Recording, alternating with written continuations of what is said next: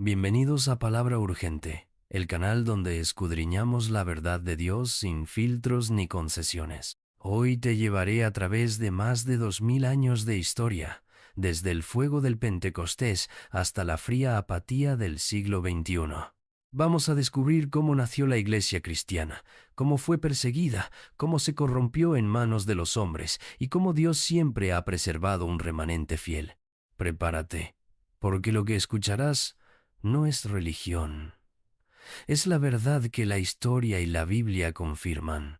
Te invito a quedarte hasta el final, a suscribirte, a compartir este mensaje y a encender junto conmigo esa llama que el mundo quiere apagar.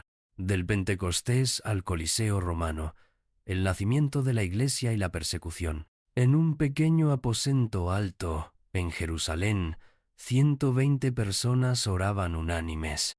El aire estaba cargado de expectación. No había lujos, ni música ambiental, ni discursos humanos, solo un clamor ardiente que subía al cielo. No buscaban riquezas, no pedían fama, no negociaban con Dios. Esperaban porque Jesús, su Maestro resucitado, les había ordenado permanecer allí hasta recibir la promesa del Padre. Y de repente un viento recio, como de tormenta, llenó toda la casa. Lenguas como de fuego se posaron sobre cada uno, y todos fueron llenos del Espíritu Santo. Así nació la Iglesia cristiana, no como una organización humana con jerarquías y ceremonias, sino como un cuerpo vivo, encendido por el poder del cielo.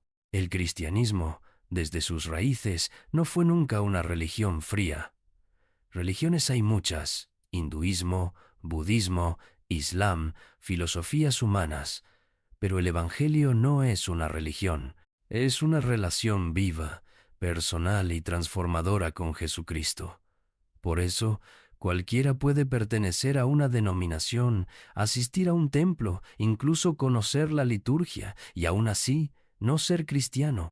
El verdadero creyente es aquel que reconoce su pecado, recibe por fe el sacrificio de Cristo, y a partir de ese momento vive bajo su señorío, guiado por la palabra de Dios y por el Espíritu Santo. La iglesia primitiva estaba compuesta por judíos que habían encontrado en Jesús al Mesías prometido. Perseveraban cada día en la doctrina de los apóstoles. No se conformaban con un sermón semanal, sino que escudriñaban las Escrituras, debatían la enseñanza, oraban en las casas, compartían sus bienes y partían el pan juntos. Eran un solo corazón y una sola alma, como lo describe Hechos 2:42 al 47. El amor fraternal era visible, el fuego interno por conocer más a Dios, imposible de apagar. Ese fuego, sin embargo, pronto llamó la atención del mundo, y el mundo intentó apagarlo. El mismo sistema que crucificó a Jesús no tardó en volverse contra sus seguidores. Primero vinieron las amenazas, luego los azotes, después las torturas y finalmente la muerte. Esteban, el primer mártir cristiano, lleno del Espíritu Santo, levantó la vista al cielo en medio de la violencia de la multitud y exclamó: «Veo los cielos abiertos y al Hijo del Hombre de pie a la diestra de Dios». Hechos 7:56. Sus últimas palabras fueron un ruego de perdón para quienes lo apedreaban. Así su sangre se convirtió en semilla de fe que haría crecer la Iglesia. En el año 64 después de Cristo, el emperador Nerón desató una persecución brutal. Roma ardía, y para desviar las sospechas de que él mismo había ordenado el incendio, culpó a los cristianos. Millones fueron ejecutados de formas atroces, quemados como antorchas humanas para iluminar las noches de los jardines imperiales, lanzados a perros hambrientos, despedazados por leones y tigres en el Coliseo. Desde su palco, Nerón exigía que lo reconocieran como Dios, pero los cristianos respondían: «Solo hay un Dios, el Padre de nuestro Señor Jesucristo». Para ellos, la muerte no era el final, Sabían que tras unos segundos de dolor serían recibidos por Cristo en la gloria. Esta convicción que morir en Cristo es ganancia, Filipenses 1:21, les dio un valor imposible de comprender para quienes no tienen esa esperanza. Veían a sus hijos arrancados de sus brazos, a sus esposas asesinadas frente a sus ojos, y aún así mantenían la fe. El mundo no podía comprender que lo que motivaba a aquellos hombres y mujeres no era una ideología, sino la certeza de que la resurrección de Jesús garantizaba la suya. Pero si los cristianos del siglo I fueron forjados en fuego y sangre, los del siglo XXI parecen frágiles como vidrio. Muchos abandonan la congregación porque alguien les hizo mala cara, porque no hay aire acondicionado o porque el mensaje les incomoda. Cambiaron las cadenas romanas por las comodidades modernas y, en muchos casos, perdieron el compromiso y el celo que definieron a los primeros creyentes. La historia de la Iglesia es la historia de un contraste, un inicio lleno de poder, pureza y entrega, seguido por siglos de lucha, corrupción, renovación y decadencia. Entender cómo hemos llegado hasta este punto requiere mirar con honestidad los siglos que nos separan de aquel Pentecostés, porque lo que ocurrió después no solo transformó el cristianismo, sino que definió el rumbo espiritual del mundo entero. De Constantino al siglo XVII, de la persecución al poder y la corrupción religiosa. Tras 3 siglos de persecución sangrienta, algo inesperado sacudió al Imperio Romano. En el año 313 después de Cristo, el emperador Constantino proclamó el Edicto de Milán, otorgando libertad de culto a los cristianos. Lo que había comenzado en humildes hogares, en catacumbas húmedas y bajo la sombra de la espada, ahora salía a la luz pública. Se levantaron templos majestuosos, se organizaron reuniones abiertas y el mensaje del Evangelio se predicó en plazas y mercados sin temor a la ejecución. Por primera vez en la historia, la fe que había sido perseguida con ferocidad ahora gozaba del amparo legal. Pero junto con esta aparente victoria, llegó un cambio que marcaría para siempre el rumbo de la Iglesia. El cristianismo dejó de ser un movimiento espiritual para convertirse en una institución reconocida y controlada por el Estado. Miles comenzaron a unirse no por convicción ni por fe, sino por conveniencia política o social.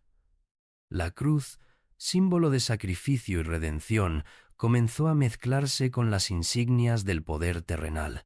En ese contexto nació el título de pontífice, que literalmente significa constructor de puentes. Con el tiempo se proclamó que el pontífice era el representante de Cristo en la tierra, pero la Escritura es clara, porque hay un solo Dios y un solo mediador entre Dios y los hombres, Jesucristo hombre. Primera de Timoteo 2,5. El verdadero puente entre la humanidad y el cielo es Cristo, no un hombre, no una institución, no un cargo. A lo largo de los siglos IV al XIII se introdujeron doctrinas y prácticas que no tenían respaldo bíblico. Veneración a santos, uso de imágenes como objetos de devoción, agua bendita, indulgencias, rezos repetitivos y ritos heredados del paganismo. En el año 1215 se oficializó la doctrina de la transubstanciación, que enseñaba que el pan y el vino de la Santa Cena se transformaban literalmente en el cuerpo y la sangre de Cristo. Sin embargo, la Biblia enseña que la cena es un memorial. Haced esto en memoria de mí. Lucas 22:19, no una repetición física del sacrificio. A partir del siglo XI, el papado se consolidó como la autoridad suprema sobre reyes y naciones. La Iglesia, que había sido perseguida por Roma, ahora coronaba emperadores y dictaba leyes que afectaban a todo el continente. El mensaje de Jesús, mi reino no es de este mundo, Juan 18:36, parecía haber sido olvidado. Palacios de mármol se levantaban mientras el pueblo sufría hambre. El oro y la plata decoraban altares, pero la Biblia permanecía cerrada para la mayoría. Entre los siglos XI y XIII, las cruzadas marcaron la historia. presentadas como guerras santas para recuperar Tierra Santa de manos musulmanas, costaron la vida de miles de personas. Aunque se enarbolaba el estandarte de la cruz, las motivaciones eran a menudo políticas, económicas y territoriales. El nombre de Dios fue invocado para justificar derramamiento de sangre, algo que contradice el espíritu del Evangelio. El siglo XIII trajo un capítulo más oscuro, la Inquisición. Los que se atrevían a leer la Biblia sin permiso, a predicar la salvación por gracia o a cuestionar las doctrinas oficiales eran acusados de herejía. Muchos fueron encarcelados, torturados o ejecutados. Sus bienes eran confiscados y pasaban a manos de las autoridades religiosas, enriqueciendo aún más a la institución. La Biblia se convirtió en un libro prohibido para el pueblo, y la ignorancia espiritual fue la norma durante generaciones. Sin embargo, Dios siempre preservó un remanente. Hombres como Juan Wycliffe en Inglaterra, que tradujo la Biblia al inglés, Juan Hus en Bohemia, que predicó contra la corrupción, o Girolamo Savonarola en Italia, que denunció el lujo y los abusos del clero, se levantaron como voces proféticas en medio de la oscuridad. Muchos pagaron con su vida, siendo quemados vivos o ejecutados públicamente. Ellos entendían que el verdadero tesoro de la Iglesia no estaba en reliquias, sino en la verdad eterna de la palabra. Ese clamor alcanzó su punto más alto en el siglo XVI, con la Reforma Protestante. Movimientos en toda Europa comenzaron a traducir la Biblia a las lenguas del pueblo, desafiando siglos de monopolio religioso. El mensaje que retumbó en templos y plazas fue simple pero revolucionario. La salvación es por gracia mediante la fe, y esto no de vosotros, pues es don de Dios, no por obras, para que nadie se gloríe. Efesios 2.8 al 9. La Reforma no solo cambió la teología, sino que encendió un despertar espiritual que se extendió por continentes. Se fundaron iglesias que buscaban volver al modelo bíblico, se levantaron predicadores dispuestos a morir por la verdad, y la palabra que había estado encadenada comenzó a correr libremente otra vez. Sin embargo, esta victoria no estuvo libre de oposición.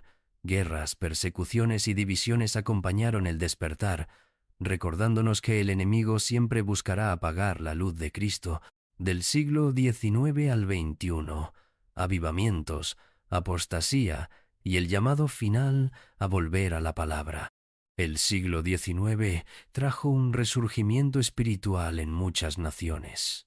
Desde Estados Unidos hasta Europa surgieron avivamientos que impactaron a millones. Predicadores como Charles Spurgeon en Inglaterra o Dwight L. Moody en América predicaban la salvación en Cristo con pasión y claridad bíblica. Misioneros como Hudson Taylor llevaron el Evangelio a China, David Livingstone a África y William Carey a la India.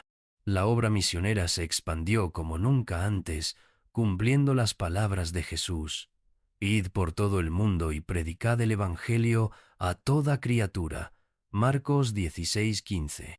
Las sociedades bíblicas comenzaron a imprimir y distribuir la palabra en docenas de idiomas. Se tradujo el Evangelio a pueblos que jamás lo habían escuchado. Escuelas y hospitales nacieron como fruto de la fe, y la influencia del cristianismo transformó culturas enteras.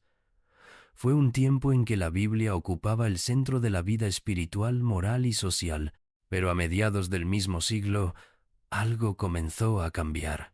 Las ideas racionalistas y el pensamiento liberal, influenciados por el ateísmo europeo y el materialismo, comenzaron a infiltrarse en seminarios y universidades cristianas. El respeto absoluto a la autoridad de la Escritura fue debilitándose. Algunas iglesias adoptaron una fe más cultural que bíblica, adaptando sus mensajes para agradar al mundo en lugar de confrontar el pecado. El siglo XX fue testigo de dos corrientes opuestas. Por un lado, el crecimiento explosivo de la obra misionera y el nacimiento de movimientos evangelísticos como el de Billy Graham. Por otro, la proliferación de doctrinas falsas y modas espirituales que distorsionaban el Evangelio. Entró con fuerza la llamada teología de la prosperidad, que promete riquezas y bienestar a cambio de semillas económicas. Muchos predicadores comenzaron a convertir el púlpito en una plataforma de negocios. Mensajes centrados en Cristo fueron sustituidos por discursos motivacionales con un toque religioso. Algunos comenzaron a vender objetos supuestamente ungidos, pañuelos, aceite, agua, incluso tierra de Israel, afirmando que traerían milagros. Pero la Biblia advierte: gratuitamente recibisteis, dad gratuitamente. Mateo 10.8. Se popularizaron también movimientos de supuestas manifestaciones del Espíritu Santo que nada tenían que ver con el orden bíblico. Personas cayendo al suelo, riendo incontrolablemente, ladrando como animales o afirmando recibir oro del cielo. Todo esto confundió a muchos y dio argumentos a los enemigos de la fe para burlarse del Evangelio. Sin embargo, Primera de Corintios 14:33 nos recuerda: Dios no es Dios de confusión, sino de paz. En el terreno moral, la Iglesia contemporánea enfrenta desafíos sin precedentes. El relativismo ha penetrado en la predicación. El pecado ya no se llama pecado, y en nombre del amor se toleran prácticas contrarias a la palabra. Algunas congregaciones han abandonado la enseñanza clara sobre temas como la santidad sexual, el matrimonio, el arrepentimiento y la exclusividad de Cristo como único camino de salvación. Juan 14:6. El ecumenismo moderno también ha ganado terreno. Líderes de distintas religiones se unen en eventos donde se afirma que todos adoramos al mismo Dios y que todas las creencias llevan al cielo. Pero la Escritura enseña lo contrario. En ningún otro hay salvación, porque no hay otro nombre bajo el cielo dado a los hombres en que podamos ser salvos. Hechos 4:12. El amor verdadero no es callar la verdad para evitar ofender, sino anunciar el único camino que salva. Hoy, en pleno siglo XXI, el cristianismo se encuentra en una encrucijada. Tenemos más Biblias impresas y digitales que nunca, más acceso a enseñanza, más recursos y tecnología, pero también una crisis de compromiso y discernimiento. Muchos creyentes consumen mensajes sin filtrarlos a través de la Escritura, confiando más en la fama del predicador que en la fidelidad al texto bíblico.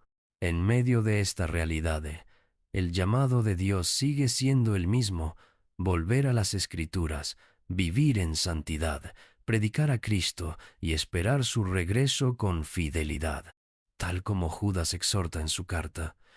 Pero vosotros, amados, edificando sobre vuestra santísima fe, orando en el Espíritu Santo, conservaos en el amor de Dios, esperando la misericordia de nuestro Señor Jesucristo, para vida eterna. Judas 1:20-21. La historia de la Iglesia nos enseña que no importa cuán grande sea la corrupción o la apostasía, Dios siempre preserva un pueblo fiel. La pregunta es: ¿formarás parte de ese remanente? ¿Estarás dispuesto a defender la verdad aunque el mundo entero te dé la espalda? Hoy es el tiempo de decidir. Hoy hemos recorrido más de 2000 años de historia, viendo cómo la Iglesia de Cristo nació en fuego, fue probada en sangre, se desvió en manos de los hombres, y aún así Dios ha preservado un remanente fiel. No es una historia para admirar desde lejos. Es un llamado para ti y para mí, aquí y ahora. Vivimos en días peligrosos, donde la verdad es relativizada y la fe es diluida para agradar al mundo. Pero el Señor nos llama a permanecer firmes, a edificar nuestras vidas sobre la roca inquebrantable que es Cristo, a levantar la Biblia como nuestra única regla de fe y conducta, y a no avergonzarnos del Evangelio. Si este mensaje ha tocado tu corazón, no lo dejes pasar. Decide hoy ser parte de ese remanente que ama la verdad más que su propia vida. Vuelve a la oración, vuelve a la santidad, vuelve a la palabra, porque vendrá el día en que el Rey regresará, y solo aquellos que hayan sido fieles oirán esas palabras eternas. Bien, buen siervo y fiel, entra en el gozo de tu Señor. Mateo 25, 23. Gracias por acompañarme en Palabra Urgente. Suscríbete, comparte este mensaje y sé un instrumento de Dios para despertar a otros. Hasta la próxima, y que la gracia y la paz de nuestro Señor Jesucristo te acompañen siempre.